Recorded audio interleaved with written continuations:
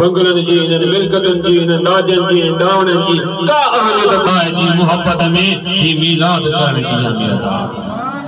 प्यारा दोस्तों तव्हां असां खुश नसीब आहियूं जो तोखे असांखे अहिड़ो अल्लाह सी रसूल अता फरमायो जंहिंजे आमद जा किस्सा अल्लाह जा नबी ॿुधाए।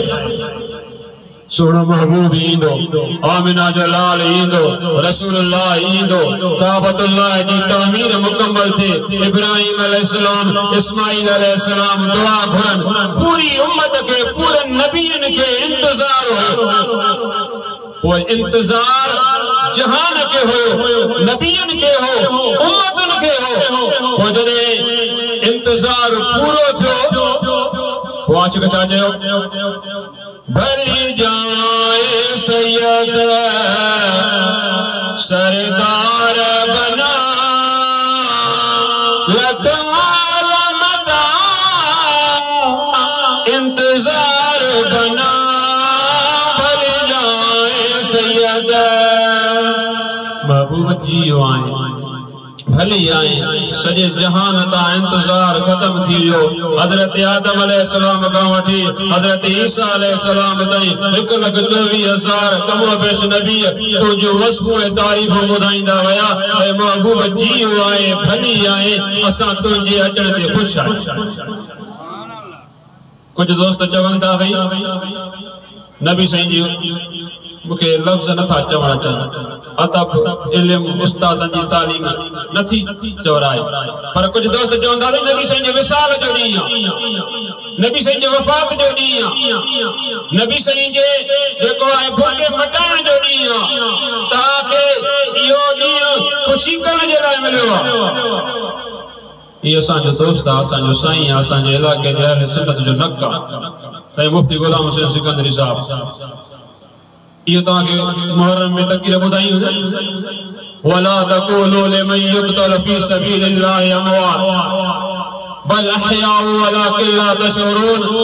जेके अल्लाह जी राह में क़त्ल कया वञनि उन्हनि खे मुअल न चओ।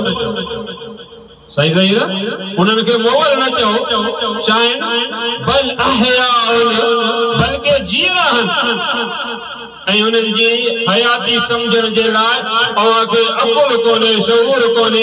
इहो ई मौलवी मुहर्रम में बहाना पियो ॻोल्हे त तूं इमामनि जे लाइ छो थो मोहबत जो इज़हार करे। शहीद त जीअर आहिनि, शहीद त ज़िंदा आहिनि, शहीद त हयात आहिनि, शहीद त जीअर आहिनि, शहीद त ज़िंदा आहिनि, शहीद त हयात आहिनि। हयात जे लाइ अफ़सोस न कबो आहे। अल्लाह जा वानरा जॾहिं तुंहिंजे लाइ शहीद जी ज़िंदगी थी अचे त चवे थो त शहीद हयात अफसोस आहे तुंहिंजे ईमान ते। जॾहिं रसूलुल्लाह जी ज़िंदगी पाक जो हवालो थो अचे त तूं चवे थो त नबी साईं जी वफ़ात जो ॾियारो आहे। ॿिया हवाला ॾियाई कोन थो, कश में खणी घुमंदा आहिनि दोस्त जेके तबलीग ते खणी ईंदा आहिनि फ़ज़ाइल अमाल। सिफ़े नंबर 682 ते मौलाना ज़करिया साहब इमाम बहकी जी एक रिवायत आंदी आहे अल अंबिया अहयाउन फी कुबूरिहिम। फ़ज़ाइल अमाल वारो लिखे थो त नबी सगोरा पंहिंजी कब्रनि में ज़िंदा आहिनि। अल अंबिया अहयाउन फी कुबूरिहिम नबी सगोरा पंहिंजी मज़ारनि में जीअर आहिनि। जीअर आहिनि त कनि छा था